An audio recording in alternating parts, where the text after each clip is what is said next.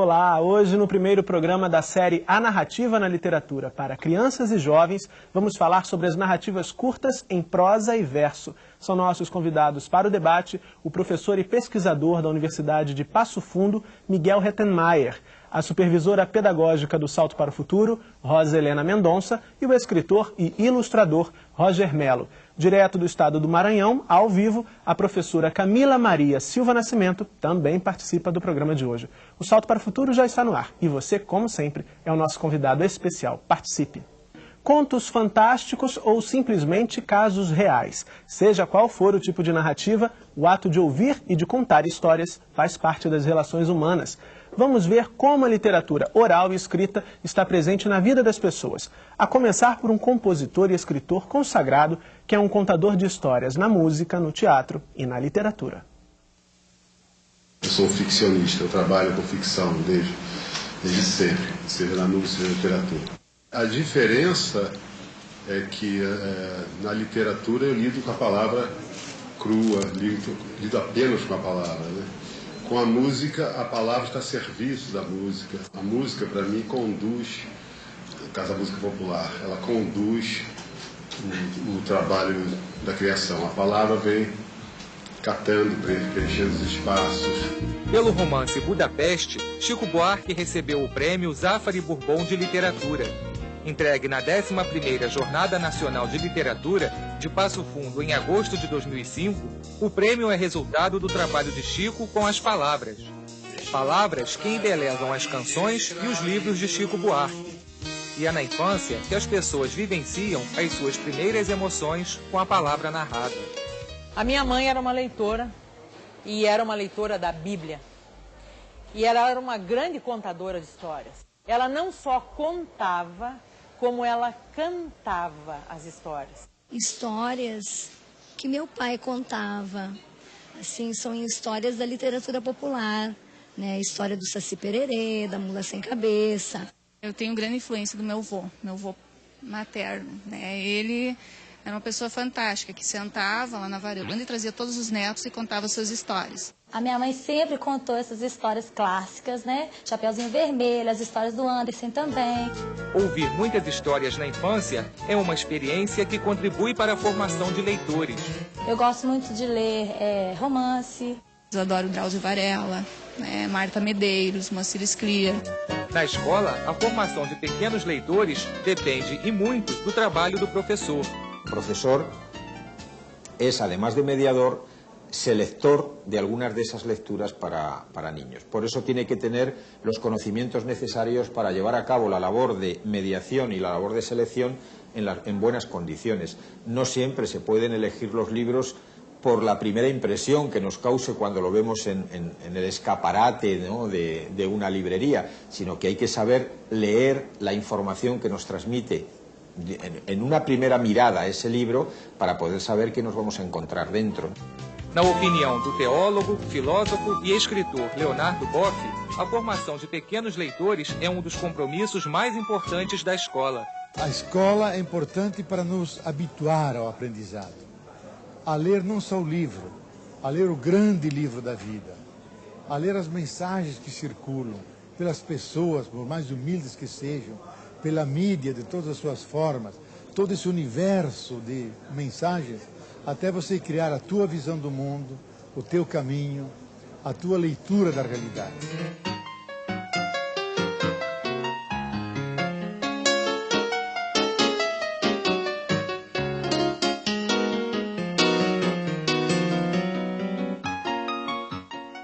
Bom, vamos começar aqui a nossa conversa de hoje, como de costume, agradecendo pela presença dos nossos convidados. Começando aqui pelo Miguel Rettenmaier, como eu disse na abertura, professor e pesquisador do programa de pós-graduação e graduação em letras da Universidade de Passo Fundo. A linha de pesquisa do Miguel é leitura e formação do leitor. E também participou da organização dos livros Questões de Literatura para Jovens e além da plataforma 9/6, pensando o fenômeno Harry Potter. Miguel, a gente viu aí na reportagem a questão da formação de leitores na escola, da importância desse papel. Por que é importante o trabalho com a narrativa em sala de aula? Bom, eu posso começar te colocando uma pequena confidência que não é minha, mas é do Walter Benjamin. no final da obra Rua Sem Saída, em que ele fala da cura pela narrativa. Ele diz que nos momentos, na infância dele, nos momentos de febre, na doença dele, muitas vezes ele era curado pelas narrativas que eram contadas para ele por sua mãe. Talvez seja esse o elemento mais essencial se a gente tomar a palavra cura num significado muito mais amplo que meramente uma solução imediata a um problema, né? Possivelmente a narrativa tem a possibilidade de nos oferecer muita coisa, né? De nos oferecer coisas sobre a nossa identidade, coisas sobre as nossas angústias, coisas sobre as nossas dúvidas mais diversas. Possivelmente a narrativa tem a capacidade de nos oferecer algumas perspectivas e talvez a narrativa tenha até a possibilidade de nos oferecer algumas soluções. Mas o interessante é que ela nunca apresenta nada, no que se refere ao texto literário, claro, ela não apresenta nada de definitivo, né? A solução, ela sempre deixa um resquício de dúvida, um resquício de não saber, de questionamento. E é por isso que a gente tem quem lê literatura e quem vive da literatura, vive nessa constante resolução, nessa constante busca por um outro texto, nessa constante busca por um outro relato, nessa constante busca por uma outra narrativa. A sala de aula deve sim ser um espaço de possibilidade na narrativa, a fim de que as pessoas ou os alunos, né, possam, já munidos de todas as suas dúvidas e dores que fazem parte da condição humana, a fim de que elas possam então começar a procurar as suas soluções e fundamentalmente procurar as suas questões. Tá certo. Bom, Rosa Helena, a minha colega aqui no Salto para o Futuro, foi professora da Rede Municipal de Educação aqui do Rio de Janeiro, tendo participado da implantação dos CIEPs na equipe das salas de aula. É especialista em literatura infantil e seu tema de mestrado foi a escola como promotora de leitura. Além disso, a Rosa integra o Comitê Viva Leitura aqui no Rio de Janeiro. Rosa, como é que se deve selecionar os repertórios de leitura na escola? Pois é, Murilo, essa questão acho que é uma questão que todo professor se coloca, né? O que selecionar? Quem escolhe o que o aluno vai ler? De que maneira essa seleção deve ser feita, né? Assim, o primeiro ponto que eu acho importante é pensar que o currículo como um todo é uma seleção, né? Uma seleção dentro da cultura, dentro daquele arcabouço cultural. Ninguém inventa nada. Você vai selecionar dentro da cultura alguns aspectos que você vai priorizar na sala de aula ou não, numa determinada série, num determinado grupo. Em relação à literatura também não é diferente, assim. Uma das questões, eu acho que a ideia do cardápio, a ideia assim, de você ter muitas ofertas, é uma ideia sempre positiva, né? Acho que, primeiro, começou o ano, o professor podia fazer uma sondagem com os seus alunos, né? Quem gosta de ler o que costuma ler, que história se conta na sua casa? Teve alguém que te influenciou, né? O que vocês leram nas férias? O que vocês leram nas férias? Eu participei de uma pesquisa que mostrava muito, assim, na época que estava fazendo a dissertação do mestrado, que mostrava muito, assim, que para todo leitor corresponde, não uma instituição, muitas vezes, mas uma pessoa. Era um tio que contava, era a avó, era a babá, era uma amiga, eram livros que se pegavam emprestados, que circulavam. Então, assim, trabalhar com essa memória de leitura é uma coisa muito interessante. E a partir daí, eu acho que o professor vai delineando, dentro de determinados gêneros, o seu trabalho. Não dá para você trabalhar com todos os gêneros ao mesmo tempo. Então, assim, a gente está enfocando aqui a narrativa, ela por si só já se mostra de uma multiplicidade enorme, né? Mas você pode priorizar, em determinado momento, a poesia, no outro momento, as narrativas fantásticas, e aí você vai criando projetos em que você possa ir trabalhando cada tipo de texto, as características, e assim formando um repertório. Tá certo. Roger Mello, escritor e ilustrador de livros voltados para o público infantil e juvenil. Recebeu diversos prêmios por seus trabalhos como ilustrador e como escritor. Seu livro Meninos do Mangue foi premiado na Suíça e também foi adaptado para o teatro, está em cartaz no Centro Cultural Banco do Brasil, aqui no Rio de Janeiro. Roger, do ponto de vista do autor, como a ilustração dialoga com o texto? A ilustração, ela... É engraçado que vários autores ilustravam, né? O próprio Monteiro Lobato ilustrava, Lewis Carroll, que fez Alice no País das Maravilhas, ilustrava, Oscar Wilde. E muitos ilustravam, não para usar a ilustração no livro, é engraçado isso. Eles faziam desenho para que esse fosse também um elemento de Porque na hora que você está criando, você tem momentos em que o seu pensamento fica completamente difuso, né? Tem momentos em que você tem que exercitar mesmo a soltura, você tem que deixar o pensamento ir longe. Então, assim como às vezes a gente, falando no telefone, a gente rabisca, muitas vezes a pessoa faz um desenho que é um desenho que ele não é um desenho figurativo, ele é um desenho que não quer chegar a nada, mas muitas vezes é um desenho, inclusive, muito bonito, esteticamente é um desenho muito rico, até por essa falta de tentativa de ser alguma coisa, né? Isso já faz com que o desenho possa ser um desenho fantástico. Assim como, por exemplo, sei lá, os surrealistas faziam isso com o texto, davam vazão ao fluxo. Mas para mim, por exemplo, que sempre fui leitor, sempre gostei de ler, e eu considero ler imagens também, até como o Leonardo Boff falou ali, né? Assim, você lê qualquer coisa. Para mim, e eu acredito nisso agora também, que as ilustrações são também narrativas. Elas podem ser, mesmo que elas não sejam figurativas, ou seja, mesmo que elas não sejam a imitação de um elemento que existe na realidade, elas podem ser difusas também e você pode ler. Você pode ler o rabisco da pessoa que estava falando no telefone. Tá certo. Bom, já temos a primeira participação no programa de hoje. Quem fala com a gente agora é a Ciseni de Goiás. Olá, Ciseni. Olá, boa noite a todos. Eu falo do NPE de Anápolis, Goiás. A proposta de trabalhar com narrativas curtas é que permite ao professor desenvolver projetos adequados ao espaço-tempo da sala de aula. Nós, professores, temos muita dificuldade em trabalhar com poemas. O que fazer para sensibilizar os professores com relação a esse trabalho? Boa noite e obrigada. Obrigado a você, Ciseni, mais uma vez pela participação aqui no Salto para o Futuro. Então, Miguel, como é que o professor pode aí perder esse receio, essa dificuldade, vencer essa dificuldade de trabalhar com poemas na sala de aula? Lendo poemas.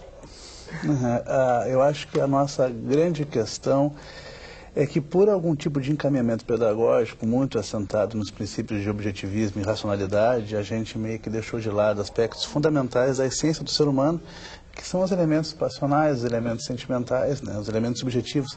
E a poesia é carregada desse elemento subjetivo. Aliás, a poesia tem muito dessa subjetividade, ela é subjetividade. Ela é um eu que se expressa. Acho que a possibilidade inicial é começarmos a fazer leitura de poesia e começarmos a dar vazão a essa sensibilidade que a poesia exige do seu leitor, né? Bom, a partir daí é interessante, como colocou o colega, é interessante sempre um tipo de abordagem que possa fazer a palavra levantamento é ruim, mas uma espécie de leitura dos sujeitos que a gente tem na frente, né? A fim de que possamos partir de um ponto que pelo menos seja comum entre aquilo que eu pretendo fazer e aquilo que eles podem começar a fazer. Considerando o interesse dos alunos. Isso, né? Isso seria um elemento. Uma possibilidade é trabalhar com a poesia nos elementos comunitários e dos elementos que fazem parte da cultura da comunidade da qual fazem parte os alunos, né? Porque por mais que esses alunos não tenham tido contato com aquela poesia digamos assim, legitimada, né? Eles têm possibilidades de entrar em contato com o discurso lírico e poético dentro ou na própria comunidade em que certamente existem jogos lúdicos de linguagem, né? Uma possibilidade seria essa, trabalhar com a linguagem no seu aspecto lúdico, né? A partir dos elementos lúdicos que esses alunos trazem da sua linguagem que é identitária ou da linguagem que faz parte, então, da comunidade da qual eles vêm. Tá certo. Temos mais uma participação por telefone. Quem fala com a gente agora é a Maria José do Maranhão. Tudo bom, Maria José? Tudo bom. Sou Maria José Barreto, do Teleposto de Bacabal, Maranhão. E a pergunta é das cursistas do Teleposto da TV Escola. Como explorar poemas com adolescentes, uma vez que os mesmos acham a literatura enfadonha e desnecessária para o processo de ensino-aprendizagem? E quais as vantagens dos poemas para a formação do educando? Boa noite e obrigada. Obrigado, Maria José, pela sua participação e pela participação das cursistas que estão aí reunidas assistindo o Salto para o Futuro. Rosa, então, trabalhar poemas com adolescentes é mesmo um desafio a ser vencido ou isso é uma questão que aparece lá na ponta porque esse trabalho não surgiu já nas séries iniciais? Olha, eu acho assim que um trabalho entre gerações diferentes sempre tem desafios, né? Seja assim, professor com aluno, filho com pai, sempre tem essa tensão que é natural. Eu não sei se o adolescente, ele não gosta de poesia, não. Se a gente pensar, por exemplo, no rap, né, que é esse gênero musical, que tem uma sonoridade, assim, às vezes eu, que sou mais velha, não tenho tanta afinidade, mas eu vejo que os alunos, adolescentes e jovens, eles têm uma paixão por esse tipo de... E é uma poesia, né, uma poesia cadenciada. O texto da Marisa Lajolo, que serviu de base para esse programa, ele traz 2 exemplos de poemas que foram retirados de notícias de jornal. E tem um elemento ali intertextual que quando eu li aquele texto da Marisa, eu me lembrei de uma música, até que o Chico Buarque, que estava no vídeo, cantou, que é uma música mais antiga, que era justamente notícia de jornal, que falava tentou contra a existência num humilde barracão, Joana de tal, por causa de um tal João. Quer dizer, como é que você transforma, você que é jornalista, né, um fato jornalístico numa coisa literária? Então é interessante que esse poema, né, essa música, ela acaba dizendo assim, que a dor da gente não sai no jornal. Então, assim, aquela linguagem referencial da notícia jornalística é diferente daquela linguagem de um poema carregado de emoção. Eu acho que o jovem, o adolescente, ele está aberto, sim, para essas experiências. A gente tem que encontrar as brechas, os caminhos, ouvir. A forma de chegar ali, né? A forma de chegar, ouvir, trocar, porque... Eu lembro, assim, que você, em geral, tem uma coisa assim, o adulto não gosta do que é do adolescente, acha ruim, não sei o que, desnecessário. O adolescente não gosta do que é do mundo adulto, acha que é careta, não sei o que, então você não chega ao meio termo. Quando se consegue isso, pode render uma coisa muito boa. Tá certo. Quem não gosta de contar histórias? É o que vamos debater no próximo bloco. Salto para o Futuro volta já. Diz o ditado popular que quem conta um conto, aumenta um ponto. Verdade ou não, o fato é que o ser humano gosta mesmo de contar histórias, narrar fatos reais ou imaginários. E para provar isso, nossa equipe foi ouvir o que tinham para contar os visitantes da 11ª Jornada Nacional de Literatura, que aconteceu em agosto, na cidade de Passo Fundo, no Rio Grande do Sul. Um cartaz e uma câmera no tripé. Esse foi o nosso convite para que os visitantes contassem suas histórias prediletas. Narradores de histórias famosas e de outras nem tão conhecidas. Minha bruxinha de pano foi feita pela vovó, formada de um pano só, mas tem boca e tem nariz. Quando eu anano ela nos braços, eu me sinto uma mamãezinha. É tão linda minha bruxinha, como eu me sinto feliz. Era uma vez um rei que achava que entendia de tudo mais que os outros. E que, como era rei, podia mandar. Conta a história de um garoto que tenta a vida, vai tentar a vida na cidade. Se eu não me engano, é a cidade de São Paulo ou Rio de Janeiro, agora não me lembro. Diante da câmera, apareceram histórias de animais que se comportavam como gente. Era uma vez um burro e seus donos não queriam mais ele porque ele estava muito velho. Então, ele resolveu sair de casa e andar pela estrada. Algumas pessoas se lembraram das histórias clássicas, daqueles contos de fadas que falam de príncipes e princesas. Certa vez via um príncipe que escolheria uma princesa naquela região. Então, todas as mulheres da região estavam se preparando no condado para participar de tal festa, né? E não convidaram a gata borralheira. Era uma vez uma menininha que tinha um chapéuzinho vermelho. E a mamãezinha dela, uma vez, pediu para ela ir entregar uma cestinha de doces para a vovó dela, que estava doente. E teve quem se lembrasse de uma lenda que se confunde com a própria história da cidade. A lenda da Mãe Preta. O busto da Mãe Preta foi inspirado na minha tia Maria Luísa dos Santos. Ela nasceu aqui em Passo Fundo, na cidade de Getúlio Vargas. Conta a história que a Mãe Preta era uma mulher que chorava muito pela morte do seu filho, que sumiu, foi morto pelo seu patrão. As suas lágrimas transformaram-se, formando um chafariz, que até hoje é muito visitado na cidade de Passo Fundo. Para o escritor e dramaturgo Valcir Carrasco, que já escreveu várias novelas para a TV, o ato de ler e de contar histórias é vital para o ser humano. A narrativa é uma é tão essencial como comer, como beber, porque a gente necessita de ficção para levar a vida adiante. Você repensa a realidade a partir da ficção. Então, você pega um bom livro, esse livro te diz alguma coisa e te ajuda a repensar questões da sua vida. Segundo o autor, para ser um bom contador de histórias, não basta só saber narrar o fato. A primeira questão que é fundamental para um autor é a sinceridade com que ele escreve. Se o autor não transmite a sua própria emoção quando escreve, o público não vai ter essa emoção. O leitor não vai ter essa emoção. Então, quando eu sei que estou escrevendo uma coisa, se eu estou escrevendo uma história de humor e dou risada durante, claro que você vai rir. Se eu choro, se eu estou um pouco triste quando eu escrevo aquilo, claro que vai passar uma emoção de dor e uma emoção de tristeza. O autor não pode ter uma teoria de vida que ele é totalmente racional e quer botar aquela teoria, porque essa teoria não vai se refletir na alma do espectador, no coração do espectador.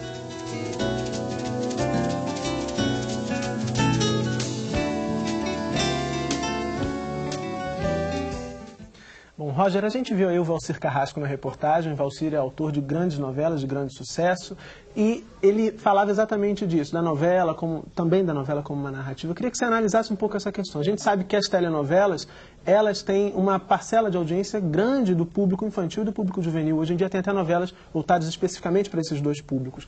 Essa narrativa pode ser também levada para a sala de aula? Você acredita que pode ser trabalhada pelo professor? Eu acredito que sim, eu acredito que é um meio fantástico esse da televisão, né? Porque você tem também, mais uma vez, a imagem aliada com o texto, os dois estão indissociáveis, né? E o texto, quando ele é escrito, o texto do roteiro de televisão, assim como de teatro, ele tem anotações que são visuais, isso é uma coisa, né, bem particular desse tipo de narrativa, e eu acho que tem ele falando, eu estava pensando, quer dizer, é essa coisa de você saber e poder modificar e poder conduzir a história dependendo da resposta também do telespectador, que é uma coisa interessantíssima, né? Que eu acho que tinha também nos almanaques, né? Eu fico pensando numa coisa muito semelhante com isso, que é muito interessante. O seu livro, por exemplo, ele ganha uma outra montagem no teatro, uma outra concepção, não é isso? Claro, claro. E você... essa resposta, eu acho que você tem do público, você, de repente, poxa, isso aqui, as pessoas riem nesse momento, né? Assim, ele falou das coisas do riso. É claro que você não pode esperar, de repente, só essa resposta tão audível, o riso ou a tristeza tal. Você vai vendo coisas, assim, às vezes você não sabe, às vezes a pessoa adorou e ela não reagiu muito também. E às vezes o autor não está imaginando que vai ter aquela reação e acabar surgindo ali. Isso é fantástico, essa resposta é fantástica. Tá certo. A Ivoneide de Goiás já está esperando para falar com a gente no telefone. Tudo bom, Ivoneide? Eu sou Ivoneide Teleposo, Coro Carolina, da cidade de Goiás. E no texto tem um parágrafo que fala assim: mergulhados no poema de Bandeira, vemos que uma narrativa geralmente não se constitui de segmentos que exprime exclusivamente ações, e nem poderia, pois ações ocorrem na história num determinado espaço, num determinado tempo, envolvem personagens. Pergunto: gostaria que houvesse uma explicação sobre este parágrafo. No poema, tirado de um jornal, não há um personagem? Boa noite e muito obrigada. Obrigado, Ivoneide, pela sua participação aqui no Salto para o Futuro Rosa. Você falava um pouco no bloco anterior, inclusive disso, de um poema tirado de uma notícia. Como é que você pode ajudar, Ivoneide? É que os dois poemas um dos poemas que a Marisa Lajolo traz no texto, né, é também um poema tirado de uma notícia de jornal, e que ele vem com uma sucessão de ações e depois ele traz uma ação inusitada, quer dizer, ele canta, dança e depois ele se joga na lagoa e morre, né? Quer dizer, eu acho que essa ruptura com essa sequência de ações, com essa linearidade das ações cotidianas é que vai transformar, a meu ver, talvez o Miguel pudesse até complementar, esse texto num poema, né? É esse impacto que traz para o leitor uma série de reflexões e que te coloca no âmbito do poético, né? Exatamente essa transgressão do cotidiano, esse inesperado, esse inusitado, que vai criar essa emoção e que vai criar essa empatia. Em relação ao poema que eu teria que comentar isso, né? Existe o personagem, mas é um personagem que poderia, ela diz assim, olha, a cidade é o Rio de Janeiro, a gente identifica por isso, porque tem a Lagoa, Rodrigo de Freitas. Esse personagem pode existir ou não, né? Isso não importa, né? O aspecto que eu acho interessante nessa poesia é que ela trabalha justamente com o impacto, né? Mas um impacto que, embora estabelecido a partir do jornal, é distinto, porque o impacto da notícia trágica no jornal, ele é um impacto momentâneo, um impacto que talvez dure o folhear de uma nova página e a leitura de uma nova notícia, né? A poesia colocada pela Marisa Lajolo, trabalha justamente esse impacto permanente.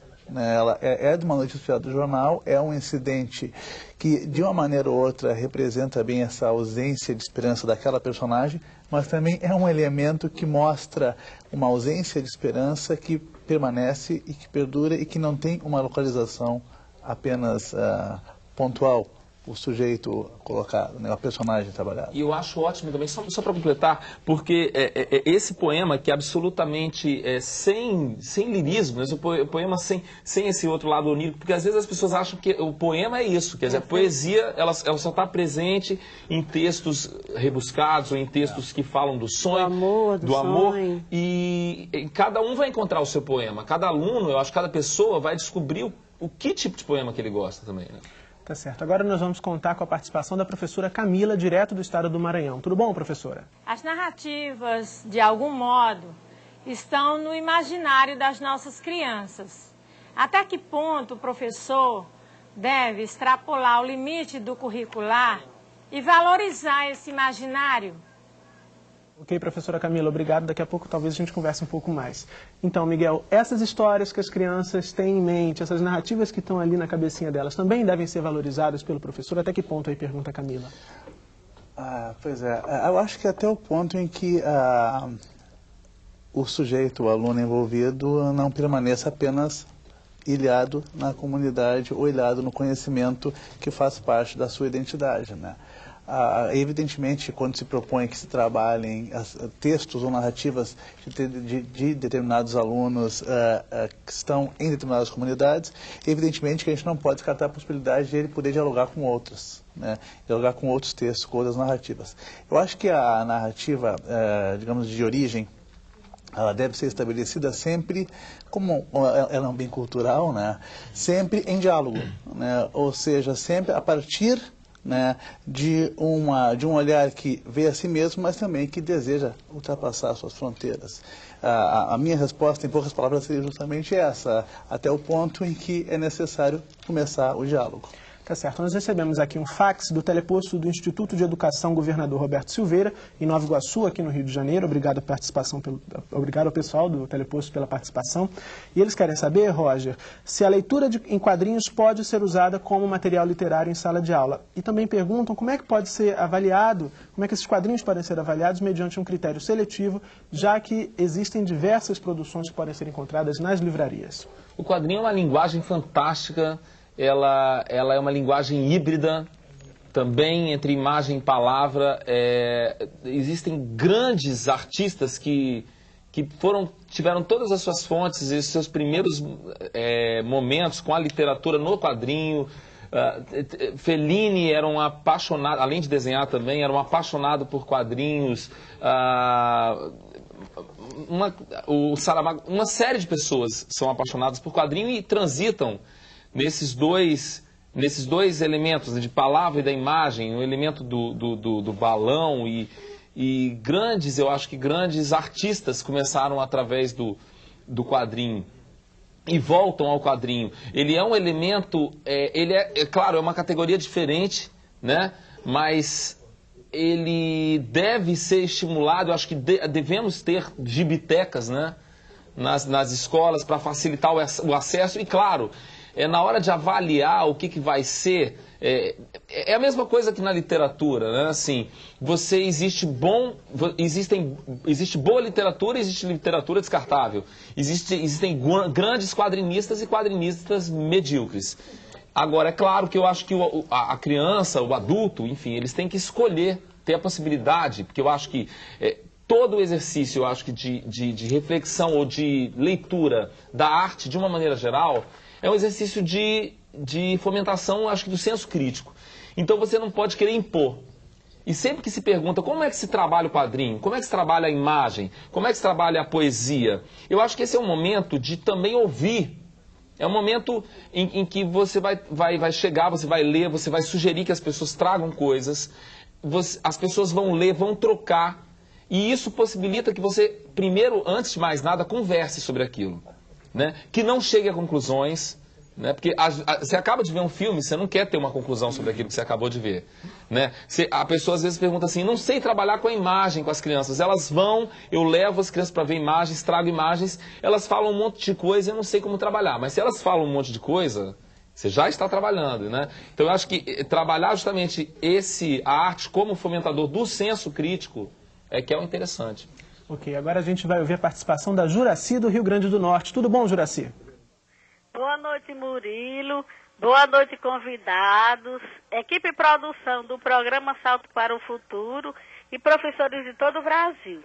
Aqui é a professora Juraci Araújo, coordenadora da Telesala da Escola Estadual Coronel Silvino Bezerra, em Florânia, Rio Grande do Norte. Como transformar a história do cotidiano escolar em poemas. Boa noite, muito obrigada. Então, Rosa, como é que é possível transformar essa realidade dos alunos, a realidade da escola, em poemas? Olha, eu acho que assim, qualquer texto, né? Você, quando produz qualquer texto, você precisa ter modelos, né? Eu acho que assim, você pedir para uma criança, assim, cria um poema, se ela não tem muito acesso a poema, se ela não está acostumada a ler muita poesia, se ela tem um repertório pequeno, realmente fica difícil, porque tem um caráter aí que vai se constituindo, né, numa questão de intertextualidade, que você, quanto mais o seu repertório, quanto mais você lê, você fica falando de uma poesia, outra você lembra, que nem dá para falar tudo. A gente estava falando do Manuel Bandeira, lembrei do Carlos Drummond, quando também faz uma quebra no verso dele e diz assim, ó, eu não devia te dizer não, mas essa lua, esse conhaque, bota a gente comovido como o diabo. Quer dizer, ele está fazendo poesia e ao mesmo tempo está dizendo para o leitor, ó, isso aqui, eu já tomei mas não estou aqui dizendo exatamente isso que você está entendendo aí. Então, assim, a criança, se ela tiver um repertório bacana de poesia, se ela tiver acesso, ela é muito criativa. Então, assim como a gente... mostrando, não esse poema, talvez, para uma criança pequena, né, que o cara se joga lá na lagoa e... Não, talvez esse a gente devesse poupar, não sei. Mas assim, se você trouxer muitos poemas, depois sugerir, agora, vamos reverter isso. Você que é o personagem, como é que você vai fazer? Tem um livro da Rosiana Murray, que até vai vir aqui no programa 5, dos classificados poéticos, né, que é um livro muito gostoso.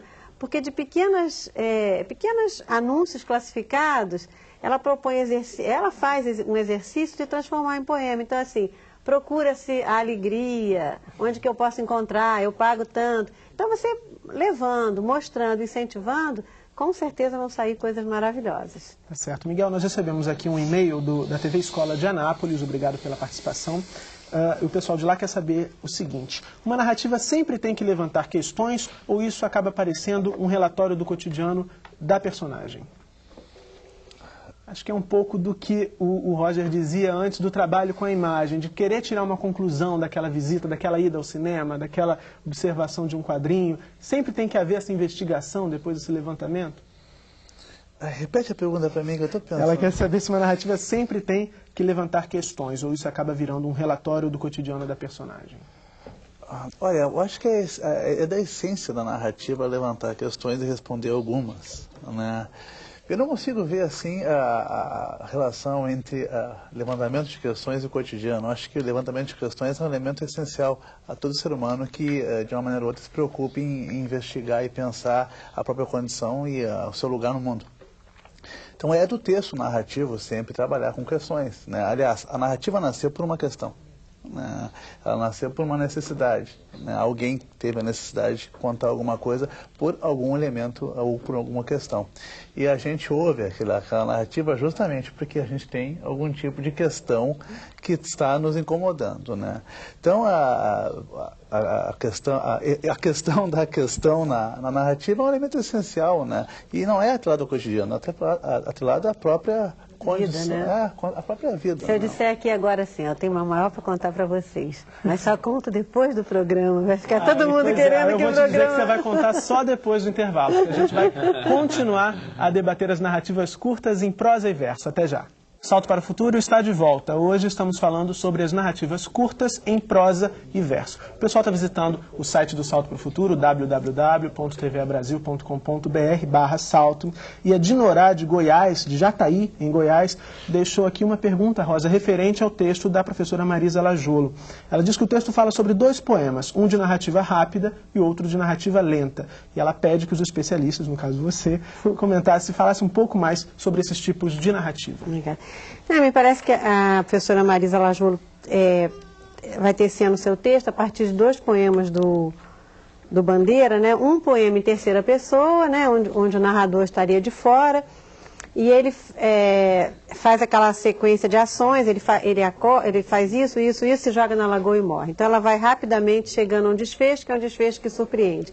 E no segundo poema, que ele dedica, né, a Jaime, ela é um poema em primeira pessoa, então ele começa dizendo, está chovendo, eu estou aqui na cama. As próprias ações daquele personagem em primeira pessoa vão te dando essa sensação de lentidão. Mais preguiçosa.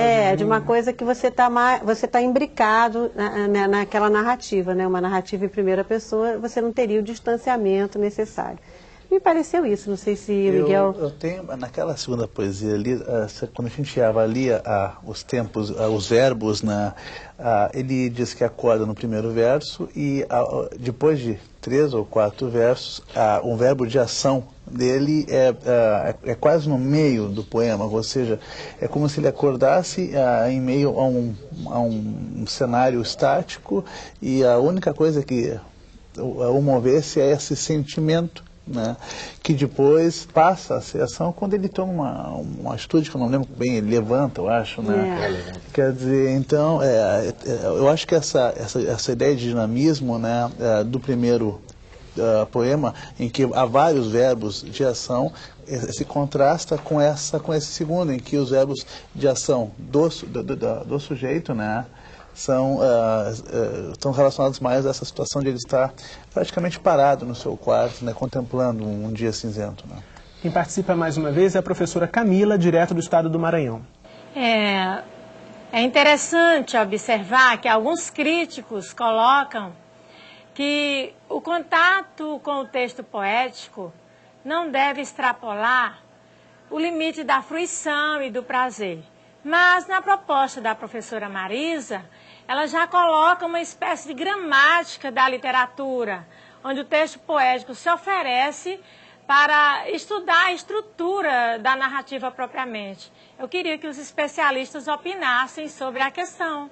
Então, Roger, há essa dualidade? Deve ser só prazer, o trato ali com a poesia, ou não? Pode-se também desenvolver um trabalho mais voltado para essas questões gramaticais, de estrutura do texto?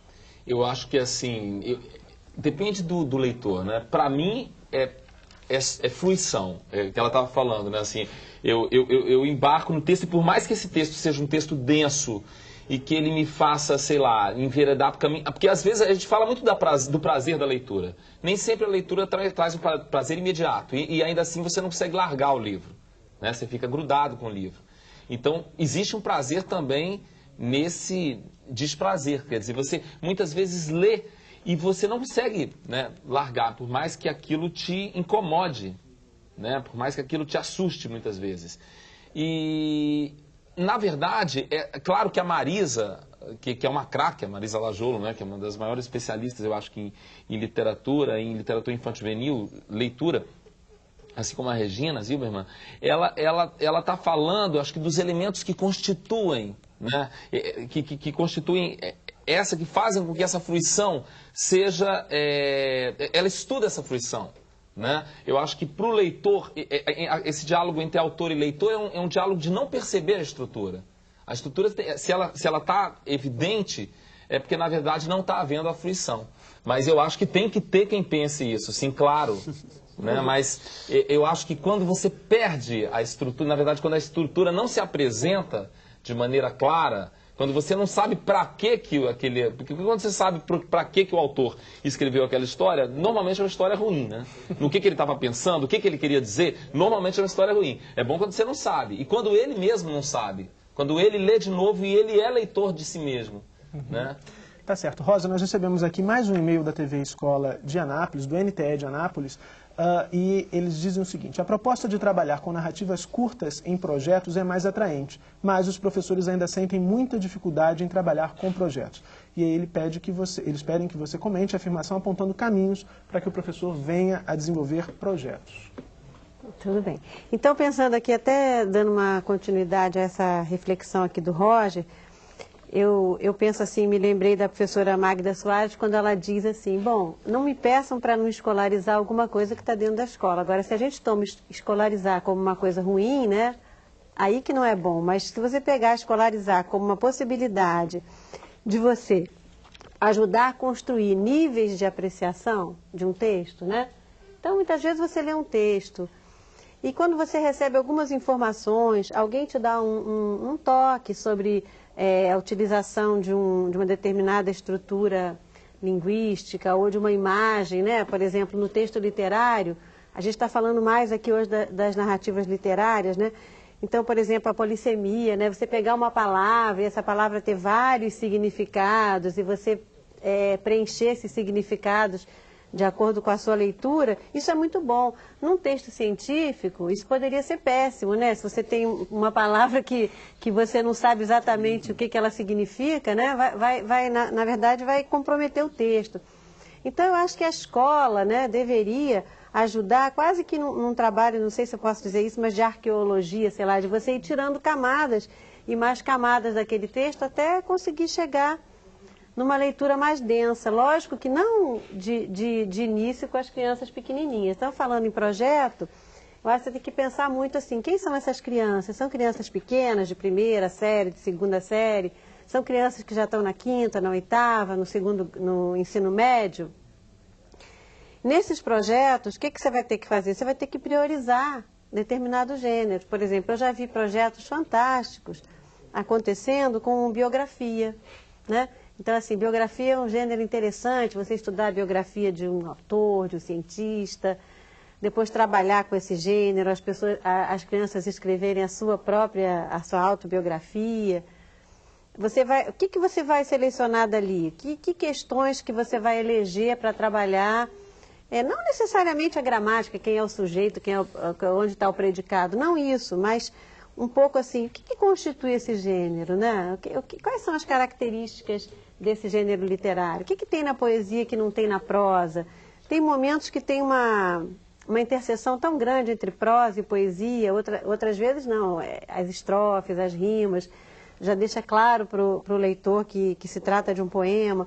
Então, eu acho que esses projetos eles têm que ter um foco, elencar determinados focos de acordo com esse público. E a partir daí tecendo a caminhada. Tá certo. Miguel, a Rosa diz num dos textos que está no boletim de apresentação da série que essa série surgiu da ideia de homenagear o bicentenário de nascimento do Hans Christian Andersen. Uhum. E eu queria que você falasse um pouco dessa crença. Existe uma crença muito forte entre pais, professores, que as crianças e os jovens de hoje em dia não teriam não seriam tão fascinados por esse universo da literatura, porque eles estão ali prestando atenção na televisão, na internet, enfim, outros veículos. Uhum. E você estudou, a gente conversava até antes do programa começar, você estudou um dos fenômenos recentes da literatura mundial, que foi o Harry Potter. Você acha que do Patinho Feio até o Harry Potter, esse fascínio, o interesse das crianças pelo universo mágico da literatura permanece vivo? O Harry Potter, a série Harry Potter, o fenômeno envolvido, digamos assim, ele surpreendeu a todos por um aspecto que, de uma maneira ou outra, estava acontecendo, mas que nós, professores, não estávamos percebendo. Nós repetimos uma cantilena frequente, dizendo que os jovens não leem, que os jovens não se interessam e tal. E, de repente, surge um texto que tem mais de 2.000 páginas, que é cultuado, né? E mais, um texto que, além de ser extenso, além de ter uma série de elementos que atraem os jovens, ele em si se dobra, né, sobre a própria linguagem literária, ou seja, a grosso modo, se eu fosse falar sobre qual é o tema, né, da Harry Potter, da fenômeno, eu diria que é a leitura literária. Porque esse menino sai de uma casa onde não há literatura, que é a casa dos trouxas, dos tios dele, né? E entra num mundo mágico, né? E esse ingresso no mundo mágico é interessante, é um ingresso que sempre presume um retorno. Ou seja, esse menino sai daquela casa, ele entra num mundo mágico, ele entra em contato com personagens literários, com personagens de N mitologias e retorna à casa dos trouxas. E sempre retorna diferente, mas ele não pode ficar ali porque a casa dos trouxas não é a casa dele. Então ele tem que retornar então a esse mundo de mágica. E aí a história do Harry Potter é imensa, enfim, a gente não tem mais tempo, já está quase na reta final do programa, Miguel. Eu queria que você me fizesse aí, dissesse quais são as suas considerações finais. Não, eu acho que sobre o nosso encontro aqui, eu acho importante que a gente tenha sempre em mente que é necessário humanizar as pessoas, né? E essa humanização se dá fundamentalmente pela narrativa, pela literatura e pela compreensão, né? Uma compreensão ampla e plural de leitura que valorize as leituras dos jovens e que propõe a partir daí um diálogo, um contato. Tá certo. Rosa, por favor, suas considerações finais. Então, assim, eu queria aproveitar para falar assim, do Salto, né, como uma grande narrativa. Acho que o Salto é uma narrativa que vai se cruzando, a gente conversa aqui com tantas pessoas, com tantas experiências de vida, né, e aqui também a gente encontra colegas de diversas inserções em relação ao tema de cada dia, né. Então, assim, em relação à narrativa literária na escola, eu acho que a gente está caminhando para uma questão que seria aquela da curvatura da vara, né? Assim, nem tanto ao utilitarismo, né? Usar a literatura apenas como um pretexto para discutir as questões da língua e da linguagem, e nem tanto endeusar essa literatura como se ela só pudesse ser um objeto intocável de prazer, né? Eu acho que ela é uma construção, como o Roger falou, às vezes boa, às vezes ruim, e você também tem um dado de subjetividade, né? Você vai escolhendo, para você escolher, para você conhecer, você tem que ter um repertório. Desse repertório é que você vai identificando o que você realmente gosta, o que você não gosta, esse autor me lembra aquele outro, eu não gosto desse estilo, isso é totalmente novo, adorei, eu acho que é por aí. Tá certo. Roger, por favor, suas considerações finais. Eu queria agradecer de estar aqui, né, com os amigos e tal, com pessoas que eu admiro, e falar sobre narrativas curtas, chamar de novo para esse tema, né, assim, eu achei muito interessante, porque muitas vezes as pessoas acham que o bom livro está associado ao tamanho do livro, né, ao tamanho do texto do livro. E quanto mais curta uma narrativa, mais a palavra está premida de significados, né, mais a palavra ganha significados, mais ela se projeta. E eu acho que a gente tem uma história de contistas, né? Só para citar, sei lá, o Daldo Trevisan, que eu acho maravilhoso, fantástico. E mesmo nas narrativas populares, você tem uma relação de inúmeros textos fantásticos, né? Fantásticos e fantásticos. Porque tem essa concisão que é uma coisa que deve ser, acho que, muito desejada pelas pessoas. Tá certo, obrigado, Roger. Eu agradeço as participações do Miguel Rettenmeier, professor e pesquisador da Universidade de Passo Fundo, da Rosa Helena Mendonça, supervisora pedagógica do Salto para o Futuro, e do Roger Melo, escritor e ilustrador. Agradeço também a professora Camila Maria Silva Nascimento, que participou do Salto ao vivo, direto do Maranhão. Professor, se você ainda não tem os textos referentes à série A Narrativa na Literatura para Crianças e Jovens, pode encontrá-los na nossa página na internet. O endereço você já sabe, é www.tvabrasil.com.br/salto. No programa de amanhã, vamos falar sobre os contos fantásticos. O Salto para o Futuro de hoje está quase no fim. Você fica agora com o depoimento de um autor consagrado. Frei Beto revela suas lembranças de escola ao falar sobre a sua recente obra, Alfabeto, autobiografia escolar. A rota da vida. Dado o sino, desabalei da sala de aula rumo ao pátio de entrada do Jardim da Infância Bueno Brandão, em Belo Horizonte. Recolhida num canto da grade, exilada do mundo, a babá vestia fustão e, recatada, olhos para baixo, tinha os dedos dos pés espalhados em chinelas de corda. Mergulhei a cabeça em seu ventre duro, abraçando as ancas dilatadas. Geralda agarrou a merendeira e enfiou pela alça o braço rendado de veias salientes. Com a outra mão, enluvou a minha. No livro Alfabeto, Autobiografia Escolar, o leitor pode acompanhar os primeiros passos do escritor pelo universo literário. Muito marcante foram 2 episódios. Aos 8 anos, eu fiz uma redação de escola. Na época tinha um belíssimo nome de composição. E a professora, dona Dercy Passos, disse para toda a classe: vocês deveriam fazer como Carlos Alberto. Ele escreve as composições dele, ele não pede para os pais escreverem para ele. E aí eu não tinha ideia que os meus colegas não escrevessem as próprias redações. Mas a minha autoestima foi lá em cima com esse elogio. E aos 11 anos, um professor de português me esperou fora da classe e me disse: olha, você só não será escritor se não quiser. E Frei Beto dá uma dica para quem pretende colocar a leitura em dia. Eu sempre recomendo aos jovens que se acostumem a andar sempre, permanentemente, com um livro. Ainda que tenha certeza de que não vai ter nenhum minuto para poder abri-lo. Quem topar o desafio vai ver no fim da semana que, surpreendentemente, leu muito. É uma fila de ônibus, de supermercado, esperar o dentista, um amigo.